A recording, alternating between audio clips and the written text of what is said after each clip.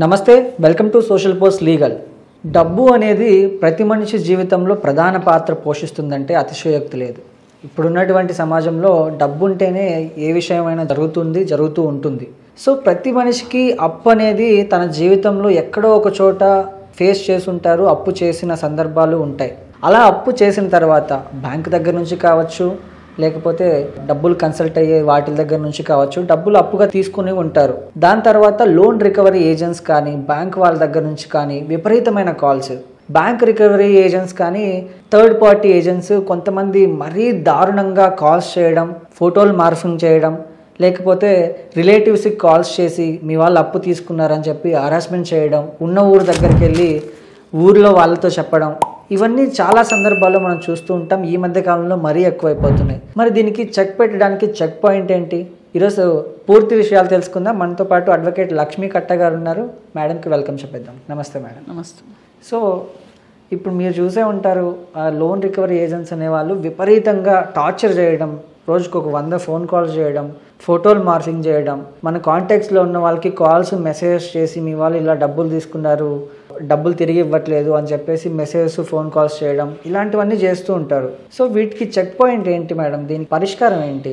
లీగల్గా ఉన్నటువంటి ప్రొసీజర్ ఏంటి? అంటే దీనికి పర్టికులర్ ప్రొసీజర్ అంటే రీసెంట్గా అంటే ఇప్పుడు ఆంధ్రాలో కాల్ మనీ, తర్వాత ఇలాంటి మైక్రో ఫైనాన్స్ ఇలాంటివి వచ్చినప్పుడు ఏంటంటే ఎవరైనా ఇంటికి వచ్చి హరాస్ చేస్తే కనుక మీరు పోలీస్ కంప్లైంట్ ఇవ్వచ్చు. అలా రావడానికి లేదు. తెలంగాణలో కూడా పోలీస్ ఇన్స్ట్రక్షన్స్ ఉన్నాయి. లాస్ కాకుండా కూడా ఎవరు వచ్చినా కూడా మీరు పోలీస్ కంప్లైంట్ ఇవ్వండి, డోంట్ ఎంటర్టైన్ దెమ్. అంటే మీరు వాళ్ళని భరించవలసిన అవసరం లేదు. ఎవరు అప్పిచ్చిన వాళ్ళు ఇంటికి వెళ్ళి హరాస్ చేస్తే కనుక ట్రెస్ పాస్ అవుతుంది, తర్వాత క్రిమినల్ యాక్ట్స్ థ్రెటనింగ్ కూడా కేసు బుక్ చేయొచ్చు అని ఉన్నది. కానీ వాళ్ళు ఎలా చేస్తున్నారంటే ఈ లాక్డౌన్ తర్వాత అయితే ఏదైనా వచ్చిందో అసలు మరీ ఘోరం.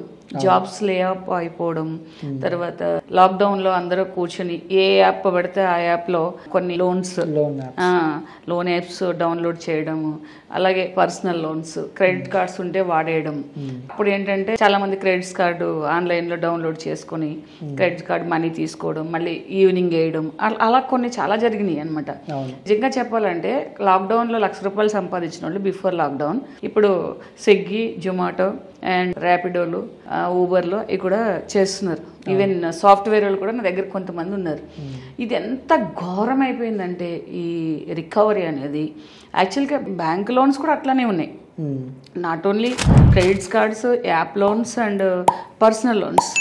ఇంకా బ్యాంక్ వాళ్ళు కూడా ఒక 4-5 రోజులు ఇప్పుడు చెక్ బౌన్స్ ఛార్జెస్ వేసుకుంటారు, వాళ్ళు డిలే పెనాల్టీ వేస్తారు.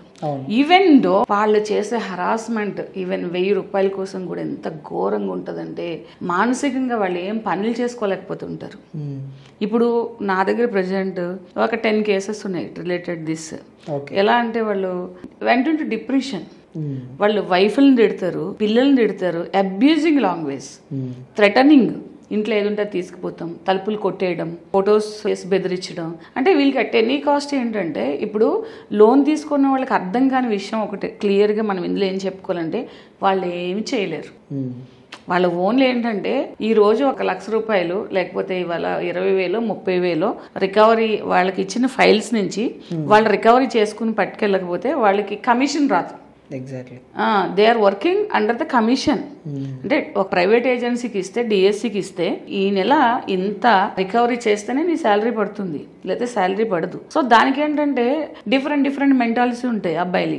ఈ రికవరీకి వెళ్ళి రికవరీ ఏజెంట్స్ వాళ్ళేమో స్మూత్గా అడిగితే ఇవ్వరని చెప్పేసి దారుణంగా బిహేవ్ చేస్తారు. దారుణంగా అంటే ఈ లోన్స్ వల్ల యాక్సిడెంట్లు చేసుకునే వాళ్ళు ఉన్నారు. అంటే తెలియక టెన్షన్లో ఫోన్ని లిఫ్ట్ చేయాలంటే ఎవరైనా చనిపోతే కూడా ఆ ఫోన్ కాల్స్ మిస్ అయ్యే వాళ్ళు ఉన్నారు. జాబ్ ఇంటర్వ్యూస్కి వెళ్తే ఇది అదే ఫోన్ అనుకుని కూడా కాల్స్ వస్తే తీయని వాళ్ళు ఉన్నారు. ఇక్కడ క్లియర్ గా చెప్పేది ఏంటంటే పానిక్ అయిపోతున్నారు. దే వెంట ఇంటూ డిప్రెషన్. అంటే ఊరు వదిలిపెట్టి వెళ్ళిపోవాలా, భార్య పిల్లల్ని వదిలిపెట్టి వెళ్ళిపోవాలా, లేకపోతే ఎలా చేయాలనేది డిఫరెంట్ మైండ్ నెగిటివ్ థాట్స్ తో వాళ్ళు సఫర్ అవుతున్నారు రియల్లీ. సో ఇక్కడ వీళ్ళు తెలుసుకోవాల్సింది ఏంటంటే లోన్ తీసుకున్న వాళ్ళు ఎవడు వచ్చి ఏం చేయలేడు. ఎవరు వచ్చి మిమ్మల్ని తిట్టడానికి కానీ, డోర్ నాక్ చేయడానికి కానీ, లేకపోతే ఒక లాంగ్వేజ్ యూజ్ చేసి బెదిరించడానికి కానీ ఏం అర్హతలు లేవు. అది వాళ్ళు ఓన్లీ ఏంటంటే లోకల్ ఒక మాస్ తాగిన వాళ్ళు ఉంటారు చూసారు, అట్లా నిజం చెప్పాలంటే వాళ్ళు చూపించే డబ్బులు రికవరీ కోసం వాళ్ళు చూపించే సైకోయిజానికి ఎంతో మంది సఫర్ అయిపోతున్నారు. వీళ్ళు తెలుసుకోవాల్సిన మెయిన్ పాయింట్ ఏంటంటే అలాంటి వాళ్ళు ఎంటర్టైన్ చేయవసరం లేదు. ఇమీడియట్గా మీరు ఏదో చేసేసి అలాంటి టైంలో ఏంటంటే ఏదైనా చేసి కట్టేయాలరా బాబు, వీళ్ళు టెన్షన్ మనం పడలేమన్నట్టు వీళ్ళు చేస్తున్నారు. వాళ్ళ వల్ల కాదు. వాళ్ళని ధైర్యంగా ఎదుర్కోవడానికి మనం కొన్ని సూచనలు తీసుకోవాలి. ఇప్పుడు ఇలాంటి సూచనలు పాటిస్తే అంటే ఇప్పుడు ఇంటికి వచ్చి ఎవరో కూడా ఈవెన్ హ్యాండ్ లోన్ ఇచ్చేవాళ్ళు కానీ, ప్రామిసరీ నోట్ కానీ, వెహికల్ ఈఎంఐస్ కానీ ఎవరు వచ్చి ఇంటికి వచ్చి గట్టిగా వాదించడానికి కానీ గొడవ చేయడానికి అలా వస్తే డెఫినెట్ గా ఫస్ట్ 100కి కాల్ చేయాలి. 100కి కాల్ చేయాలి. ఎందుకంటే ప్రతి ఒక్కళ్ళు కూడా నవ్వే డేస్ ఏంటంటే ఎమర్జెన్సీ నెంబర్స్ అన్ని పెట్టుకోవాలి. అంటే కొంతమంది పోలీసులు 100కి కాల్ చేసినా కూడా ఏం చెప్తూ ఉంటారంటే అదేంటి డబ్బులు తీసుకున్నప్పుడు నీకు తెలియదా కట్టాలని చెప్పేసి. అదే నెక్స్ట్ అదే చెప్తాను నేను. వాళ్ళు అలా చెప్తారు కానీ డబ్బులు తీసుకున్న తర్వాత, ఎందుకంటే లోకల్ సిపి ఆర్డర్స్ ఉన్నాయి విలేజెస్ లో, అంటే వేరే ఊర్లో అయితే కనుక డిఎస్పి వీళ్ళు అంతా ఆర్డర్స్ ఉన్నాయి. ఎందుకనంటే ఇంటికి వెళ్ళి ఎవరు హరాస్ చేయటం లేదు, అలా చేసేవాళ్ళు అన్నారు. అంటే అడుగుతున్నంత మాత్రాన పోలీసులకి ఎవరు కాల్ చేయరు. మరీ ఇంకా దిగజారిపోయి మాటలు, భార్యలను తిట్టడం, తల్లిని తిట్టడము, చచ్చిపోరా అనడము. ఎందుకంటే చాలా ఆటలో చూసాం మనం.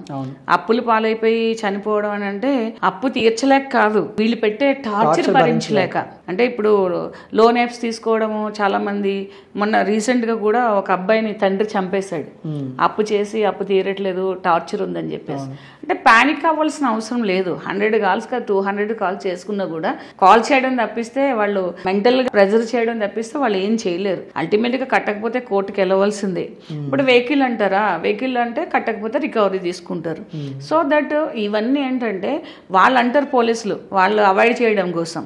కానీ అక్కడ ఎక్కువ అయితేనే అప్పుడు వాళ్ళు రెస్పాండ్ కానినప్పుడు ఏంటంటే లోకల్ పోలీస్ స్టేషన్లకి మనము బై పోస్ట్ లెటర్స్ పంపించవచ్చు. అంటే ఇలా పలాని బ్యాంక్ నుంచి ఏజెంట్స్ వచ్చి మమ్మల్ని చాలా సతాయిస్తున్నారు, ముందు బ్యాంక్ మేనేజర్కి లెటర్ పెట్టాలి, నాకు ఒక 6 months టైం కావాలి, నేను ఇప్పుడు ఈఎంఐస్ పే చేయలేకపోతున్నాను, సో విత్ ఇంట్రెస్ట్ పెనాల్టీ కూడా నేను I will clear the all entire due amount అని చెప్పేసి నాకు టైం కావాలని చెప్పి ఎవరైతే కన్సర్న్ బ్యాంక్ మేనేజర్ ఉన్నారో వాళ్ళకి హెడ్ ఆఫీస్కి బ్రాంచ్ ఆఫీస్కి లెటర్స్ పెట్టవచ్చు. అంటే మనకి కోర్టుకి ప్రూఫ్ అనమాట. అలాగే ఇంకొకటి ఏంటంటే లోకల్ పోలీసుకి కూడా ACP, DCP, CP, local police స్టేషన్కి కూడా మనం కంప్లైంట్లు ఇవ్వచ్చు. వాళ్ళు మీరు చెప్పినట్టు ఏంటంటే వెళ్ళి కంప్లైంట్ ఇస్తే తీసుకోరు, మాకు ఇదే పనులు లేవా అండ్ అతను ఎంత టార్చర్ అయ్యేసేసి వచ్చిస్తున్నారు. ఎగ్గొట్టడం అనేది హైలీ ఇంపాసిబుల్. ఎగ్గొట్టడం అనేది 100% జరగదు. ఊరుకోరు, ఎప్పుడో రోజున కట్టవలసిందే, క్లియర్ చేయవలసిందే. బట్ సిచ్యుయేషన్ హ్యాండిల్ చేసుకోవడానికి అక్కడ మనిషి సేవ్ కావడం కోసం ఏంటంటే అలా ఇచ్చి తర్వాత వాళ్ళ మీద ఇంజెక్షన్ ఆర్డర్ తీసుకోవచ్చు, మన ఇంటికి వచ్చి టార్చర్ పెట్టకుండా.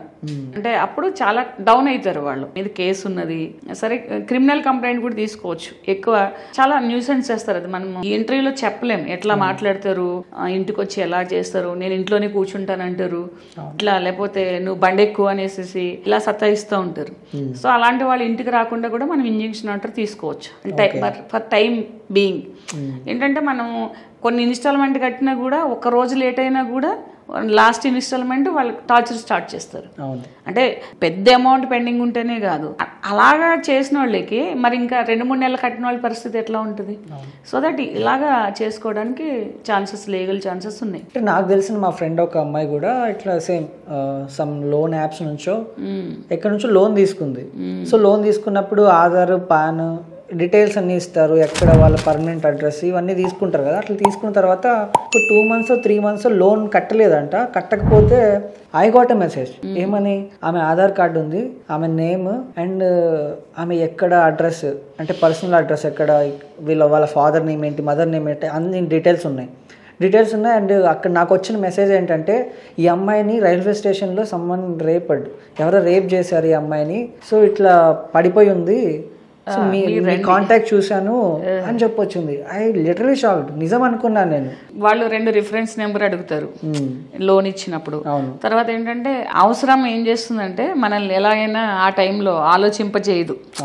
సో టెంపరీ అంటే నిజంగా ప్రాణం మీదకి వచ్చి లోన్లు తీసుకోవడం వేరు, చిన్నదానికి పెద్దదానికి ట్రిప్స్ వెళ్ళడానికి లేకపోతే ఫంక్షన్లు చేసుకోవడానికి ఎక్కువే కదా. ఇప్పుడు నేను చెప్పినప్పుడు మిస్లీడ్ అయింది అండ్ ఆ అమ్మాయికి ఇట్స్ లిటరలీ పరువు నష్టం. అది అవును, అదే చెప్తున్నాను, డిఫమేషన్ అయింది. సో ఇంత జరిగిన తర్వాత కూడా ఈ అమ్మాయికి ఎలాంటి లీగల్ రైట్స్ ఉంటాయి మేడం? అంటే ఇప్పుడు అమ్మాయిని డిఫేమ్ చేయడము, తర్వాత ఇప్పుడు ఇక్కడ చనిపోయింది అది ఇది పెట్టారు, అంటే ఒకలాంటి బ్లాక్ మెయిల్ చేశారు. ఇంకో కొన్ని రేప్ చేశారు అని చెప్పేసేసి థ్రెటనింగ్, రేపు, హ్యూమిలేషన్, తర్వాత డిఫమేషన్ అన్నీ ఉన్నాయి. డెఫినెట్గా ఎవరు చేశారో ఏ నెంబర్ నుంచి వచ్చిందో ఆ నెంబర్కి వెళ్ళేసి కంప్లైంట్ ఇవ్వచ్చు. అదే చెప్తున్నాను నేను. ఇంటికి వచ్చి గొడవ చేస్తే లోకల్ పోలీస్ స్టేషన్ అది ఉంటుంది. అన్నోన్ నెంబర్ నుంచి వచ్చింది, ఈ నెంబర్ లిఫ్ట్ చేయట్లేదు అని అంటే, నోన్ పర్సన్ నుంచి వచ్చిందంటే నోన్ అంటే ఆ నెంబర్ లిఫ్ట్ చేసి నేను పలానా వ్యక్తిని అంటే కనుక ఆ వ్యక్తి మీద డెఫినెట్గా వెళ్ళి కంప్లైంట్ ఇవ్వచ్చు. ఇంకా లేదు అతను ఎవరో తెలియదు, కొన్ని నెంబర్స్ ఏంటంటే ఎక్కడి నుంచో వస్తాయి, సంథింగ్ అవి ఆ నెంబరు స్పామ్ లా వస్తుంది, మనం అవి లిఫ్ట్ చేయరు మళ్ళీని. అలాంటి నెంబర్ వచ్చినప్పుడు మీరు సైబర్ క్రైమ్స్ లో కూడా ఇవ్వచ్చు, ఎందుకంటే అమ్మాయిని రేప్ చేశారు, చనిపోయింది, ఇవన్నీ కూడా. ఇంకోటి ఏంటంటే మీరు కూడా ఇవ్వచ్చు, ఎందుకంటే ఎవరి గురించి, ఫ్రెండ్ గురించి మీ number trace out without your consent మీకు మెసేజ్లు పెట్టడము, మీకు కాల్ చేయడము. అదే చెప్తున్నాను కదా, వాళ్ళు రికవరీ ఏజెంట్లు అని అంటేనే ఒక భయభ్రాంతులు ఉంటాయి జనాలకి. జనరల్ గా అపాయింట్ అయ్యే వాళ్ళు కూడా అలాంటి వాళ్ళు అవుతారు. బ్యాంక్ వాళ్ళు ఫస్ట్ ఏమి తెలియకోకుండా లోన్లు ఇచ్చేయడము, వాళ్ళ బిజినెస్, కొన్ని యాప్స్ వాళ్ళ బిజినెస్ డెవలప్మెంట్ చేసుకోవడము, ఈ మనుషుల్ని చంపేసి తీరికెళ్తున్నారు ఫస్ట్. ఇంకోటి ఏంటంటే మనం తీసుకున్నప్పుడు కూడా ఎక్కువ యూత్ ఇందులో సఫర్ అయ్యేది. అంటే ఒక 25 to 40 ఎక్కువ, అంటే వాళ్ళ నీడ్స్ ని బట్టి తీసుకుంటూ ఉంటారు. ఇప్పుడు కార్ లోన్ ఉంటుంది, ఇల్లు లోన్ ఉంటుంది, అబ్బాయిలకి ఉంటుంది, ఏదో అడ్జస్ట్ అవ్వదు, కొంచెం ఏదో మధ్యలో కొంచెం మళ్ళీ ఫైనాన్షియల్ నీడ్స్ అయి ఉంటాయి. అప్పుడు ఏం చేస్తారు, ఏదో పర్సనల్ లోన్ తీసేస్తారు. అది వడ్డీలు అయిపోతే మనం ఏం చేద్దాం అసలు. ఫస్ట్ ఆఫ్ ఆల్ మనకున్న ప్రాబ్లం కూడా ఏంటంటే, ఒక పర్సనల్ లోన్ తీసుకున్నప్పుడు దాని కింద ఉండే బైలాస్ కూడా చదవం. అంటే లీగల్ గా మనం చూసుకుంటే ఇంత వడ్డీ తీసుకోవాలి, 10% అదే చెప్తున్నా, ఎక్కువ తీసుకుంటే అవ్వదు అని చెప్తూ ఉంటారు. బట్ కొన్ని లోన్ యాప్స్ కానీ కొన్ని బ్యాంక్స్ అదే చెప్తున్నాను. ఇప్పుడు ఆ లోన్ యాప్స్ అనేది ఎక్కువ వడ్డీ వేసేస్తుంటారు. అంటే వడ్డీ ఏంటది, ఇవాళ తీసుకుంటే రేపు కట్టాలంటే 500 తీసుకుంటే, మొన్న ఏదో విన్నాను నేను, దాంట్లో 10 రూపీస్ కట్ అవుతాయి అనేసి అలా చేసేసి మళ్ళీ 1000 దగ్గరికి వెళ్ళినప్పటికి 10,000 తీసుకుంటే 1000 కట్ అయిపోతుంది. మళ్ళీ దానికి నెక్స్ట్ 10,000కి ఇంట్రెస్ట్ పడిపోతుంది, 5 రూపాయలు 6 రూపాయలు ఇంట్రెస్ట్ కూడా పడిపోతుంది అర్థం చేసుకోకపోతే. వీళ్ళు ఏంటో అదేదో హెడ్లైన్ చూపిస్తారు, అది చూసుకుని ఏదో నొక్కేస్తారు, డబ్బులు పడిపోతాయి అకౌంట్ లో. సో ఇలాంటి దాంట్లో కూరుకునే వాళ్ళు కొంతమంది అయితే కొన్ని అఫీషియల్ బ్యాంక్స్ గురించి, అఫీషియల్ క్రెడిట్ కార్డ్స్ గురించి, కొన్ని బ్యాంక్స్ అఫీషియల్ బ్యాంక్స్ అంటే official banks in the sense మనకి ఏదైతే నేషనల్ గా అప్రూవల్ ఉన్నాయో వాళ్ళు చేసే పర్సనల్ లోన్స్ కూడా ఒకప్పుడు జీఈ ఫైనాన్స్ అని ఉండేది, అది కూడా ఘోరంగా చేస్తే దాన్ని మూసుకుని వెళ్ళారు. సో ఆంధ్రలో మైక్రో ఫైనాన్స్ లాగా. ఇక్కడ ఏంటంటే ఈ బైలాస్ వేరు, లాస్ ముందు మనం సేవ్ చేసుకోవాలి, మన ఫ్యామిలీ నుంచి వాళ్ళ నుంచి మన ఫ్యామిలీని తీసుకుని దీని నుంచి అధిగమించాలంటే ఫస్ట్ మెంటల్ స్ట్రెంగ్త్, అంటే వాళ్ళతో ఫైట్ చేసే స్ట్రెంగ్త్ ఉండాలి. ఇప్పుడు వాడొచ్చి కొడతాను అని అంటే వీళ్ళు పానిక్ అయిపోవడము, ఇంటి నుంచి వెళ్ళిపోవడము, ఫోన్ స్విచ్ ఆఫ్ చేయడము, ఇంటికి రావడము ఇలా ఉంది. కొట్టు అంటే వాళ్ళు కొట్టరు, పొట్టే అంత హడావుడి చేస్తారు, అంటే భయభ్రాంతులు చేసేస్తారు. దీని నుంచి స్ట్రాంగ్ గా ఉండాలి. ఫస్ట్ నేను తీసుకోవద్దనే చెప్తాను. కొంతమంది ఇంకా ఎమర్జెన్సీ తప్పదు, ఏదైనా ఇంకా ఫ్యామిలీకి డెత్, మ్యారేజ్, ఇలాంటి ఎడ్యుకేషన్, ఇలాంటి అట్లా అడ్జస్ట్మెంట్, కొన్ని అనవసరంగా కూడా తీసుకుని సఫర్ అవుతున్నారు కొంతమంది. సో లగ్జరీ కోసం తీసుకుని కూడా సఫర్ అవుతున్నారు. సో నేను ఏం చెప్తానంటే ఫస్ట్ తీసుకునేటప్పుడు మాక్సిమం చదువుకునే వాళ్ళు తీసుకుంటారు కాబట్టి దాని గురించి తెలుసుకోండి, పూర్తి అవగాహన తెలుసుకోండి. అంటే ఎంత ఇంట్రెస్ట్ పడుతుంది, ఎన్ని రోజులు కట్టకపోతే ఏమైతుంది, దానికి తర్వాత ఎన్ని రోజుల తర్వాత థర్డ్ పార్టీ ఏజెంట్స్కి వీళ్ళు అప్ చెప్పేస్తారు, వాళ్ళు ఎలా టార్చర్ పెడితే మనం ఎలా ఎదుర్కోవాలి, ఇవన్నీ కొంచెం అవేర్నెస్ అవసరము. ప్లస్ ఏంటంటే వాళ్ళు వచ్చి అడిగినప్పుడు, ఎందుకనంటే చాలా మంది సూసైడ్ చేసేసుకుందాం అనుకున్నాము, ఆప్షన్ లేదు, నాకు నిద్ర పట్టట్లేదు, నేను టాబ్లెట్స్ వేసుకుంటున్నాను, నేను మందుకు అలవాటు అయిపోయాను అనేసి చాలా మంది వస్తుంటారు. ఇవన్నీ ఏం చేయకండి. మీరు ప్రాపర్గా లీగల్గా ఫైట్ చేస్తే కనుక మిమ్మల్ని వచ్చి ఎవరు ఏం చేయరు. కాదంటే వాళ్ళు ఎక్కడైనా కేసు వేసుకున్నప్పుడు వెళ్ళి సెటిల్ చేసుకోవచ్చు, వాళ్ళు ఎక్కడో దిక్కున వేస్తారు. ఇప్పుడు ఏదో క్రెడిట్ కార్డు వాళ్ళు ఉన్నారనుకోండి, లేకపోతే పర్సనల్ లోన్స్ ఉన్నారనుకో, వాళ్ళు ఏం చేస్తారంటే కొన్ని ప్రైవేట్ ఫైనాన్స్ కంపెనీలు ఏం చేస్తారంటే, మన హైదరాబాద్ లో లోన్ తీసుకుంటే వాళ్ళు వెళ్ళి బాంబేలోనో, మెట్రోపాలిటన్ సిటీలో, లేకపోతే బాంబే, చెన్నై, కల్కటా, కర్ణాటక, అదే బెంగళూరు, ఇలాంటి సిటీస్ లో వేస్తారు. అక్కడ తీసుకునే వాళ్ళకి ఇక్కడ వేస్తారు. ఎందుకనంటే మనము వెళ్ళడము రావడం కష్టం కాబట్టి సఫర్ అయితే అది క్లోజ్ చేసుకుంటామని. కొన్ని క్రెడిట్ కార్డ్స్ అవేమో లోకల్ గానే, ఇప్పుడు ఎస్బీఐ ఇలాంటి నేషనల్ బ్యాంక్స్ ఉన్నాయంటే లోక్ అదాలత్లో ఫైల్ చేస్తారు కోర్టులో, మీరు అమౌంట్ ఇవ్వాలని, వాళ్ళు సెటిల్మెంట్ ఇస్తారు. ఎందుకు మీన్ వైల్ మీరు ఇంత సఫర్ అయిపోవడం, ఎవరైతే విక్టిమ్స్ ఉన్నారో, లోన్ విక్టిమ్స్ ఉన్నారో, ఇంత సఫర్ అయిపోయి చనిపోవాలి, అది చంపేయాలి, ఘోరం. మొన్న తండ్రి అప్పులు తీర్చలేక క్రెడిట్ కార్డు లోన్స్ అనేసి తండ్రిని కొడుకుని చంపేసి తను కూడా చనిపోయాడు. ఇలాంటివన్నీ కాకుండా ఉండడం కోసమే, ఇలాంటి అవేర్నెస్ కోసమే మనం ఇలాంటి ప్రోగ్రామ్ చేయాలని మనం చేస్తున్నాం. సో ఫైనల్గా ఏజెన్సీకి కానీ లేకపోతే లోన్ తీసుకున్న వాళ్ళకి కానీ మీరేం చెప్తారండి? నేను ఏమంటానంటే, ఇలా ప్యానిక్ కావద్దు, హ్యాస్టీ డెసిషన్స్ తీసుకోవద్దు. పోలీసులు కంప్లైంట్ ఇస్తే వాళ్ళు తీసుకోరు, లేకపోతే మాకు ఇదే పని, మీరు అప్పులు తీసుకుంటే కట్టొద్దు అనేసి మళ్ళీ ఉల్టా తిట్టి వాళ్ళు ఇంకా లో చేస్తారు.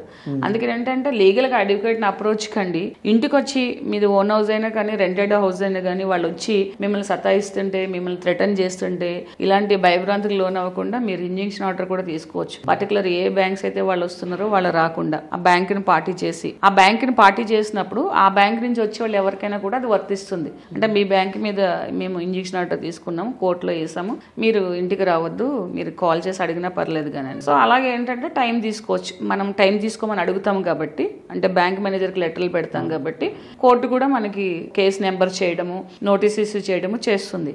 అలాగే ఇంకా ఎక్కువ ఏదన్నా చేస్తే కనుక పర్టికులర్ వ్యక్తి మీద మనం పోలీస్ స్టేషన్లో కంప్లైంట్ తీసుకోకపోతే కోర్టు రిఫర్ కేసు వేసుకుని వాళ్ళ నుంచి మనం టెంపరీ రిలీఫ్స్, ఇవన్నీ ఎగ్గొట్టే మార్గాలు అయితే కాదు.